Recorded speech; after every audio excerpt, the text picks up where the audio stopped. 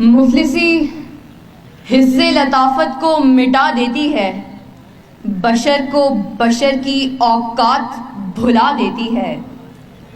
آؤ اس ماں کی زبانی بھی کوئی بات سنے، روز بچوں کو جو بھوکا ہی سلا دیتی ہے۔ اپنی عزت کے بھروسے تھی جو مضبوط کھڑی، آخر ایک روز وہ سر اپنا جھکا دیتی ہے۔ اس کے دامن پہ لگے داغ یہی کہتے ہیں، بھوک تہذیب کے آداب مٹا دیتی ہے۔ صدر علی وقار، سردیوں کی ٹھٹھرتی ہوئی رات، منہ لپیٹے ایک مجبور ماں اپنے نومولود بچے کو ایدھی سینٹر کے باہر پڑے جھولے میں ڈال جاتی ہے۔ اس سے پوچھا گیا، کیا تجھے تیری ممتا ستائے گی نہیں؟ اس بچے کی سسکیاں تجھے رلائیں گی نہیں؟ اس کی چیخیں تیرے کانوں سے ٹکرائیں گی نہیں؟ تو کپ کپاتے ہوئے ہونٹوں سے جب مجبور ماں یہ جواب دیتی ہے کہ میں اپنے پیٹ کی بھوک تو برداشت کر سکتی ہوں، مگر اس بچے کا بھوک سے بلکنا مجھ سے دیکھا نہ گیا، تو اس پر یہ کہنا بجا بنتا ہے کہ خاک میں ماں کی محبت کو ملا دیتی ہے، بھوک تہذیب کے آداب مٹا دیتی ہے۔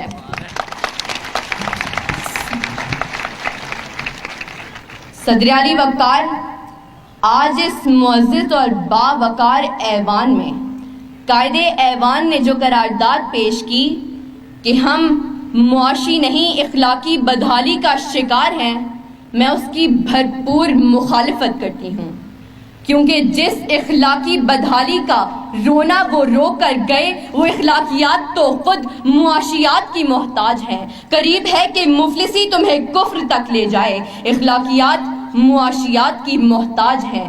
آئیے دلائل سے بات کرتے ہیں۔ روٹی کے چند ٹکڑوں اور قابل گزارا دودھ کی قلت سے تھر پارکر میں دم توڑنے والے مجبور بچوں کا اصل مسئلہ اخلاقیات نہیں معاشیات ہے۔ اسی شہر لاہور میں غربت سے تنگ آ کر بشرا نامی خاتون اپنے 2 معصوم بچوں کے ساتھ چلتی ہوئی ٹرین سے ٹکرا جائے تو اس کا اصل مسئلہ اخلاقیات نہیں معاشیات ہے۔ زرد چہرہ، آنکھیں اندر کو دھسی ہوئی اور بڑھاپے کی وجہ سے پورے جسم پر جھریاں لیے نشتر اسپتال ملتان کے باہر فقط 2 کلو آٹے کے عوض خون بیچنے والے بوڑھے کا اصل مسئلہ اخلاقیات نہیں معاشیات ہے۔ چہرہ بتا رہا تھا کہ مارا ہے بھوک نے، اور لوگ کہہ رہے تھے کہ کچھ کھا کے مر گیا۔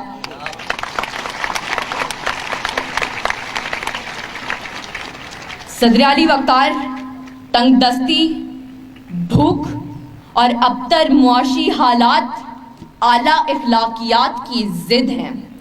پہلے آپ تو تب ہوتا ہے کہ جب پیٹ کی بھوک اور غم روزگار نہ ہو۔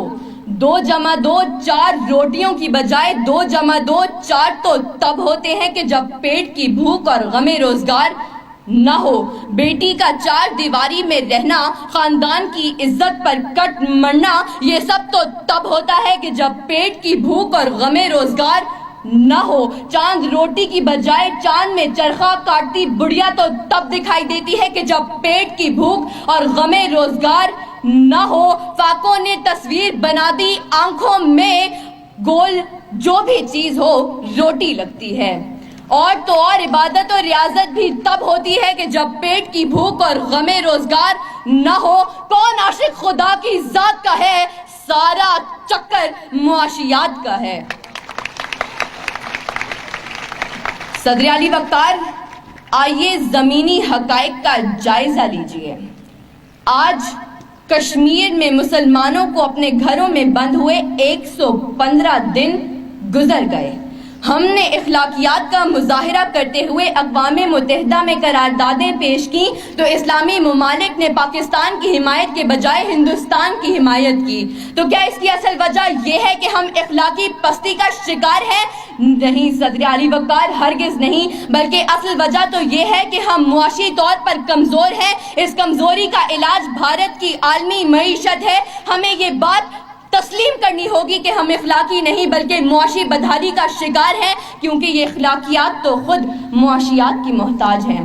صدر علی وقار، میرے ان تمام دلائل کے باوجود اگر اب بھی کوئی یہ یقین رکھتا ہے اور بازد ہے کہ ہم معاشی نہیں بلکہ اخلاقی بدحالی کا شکار ہیں، تو اس سے بس ایک ہی سوال کرتے ہوئے میں اجازت چاہوں گی کہ وہ جس کا ایک ہی بچہ ہو بھوکا 8 پہروں سے، بتاؤ اہل دانش تم وہ گندم لے کہ تختی لے۔ شکریہ۔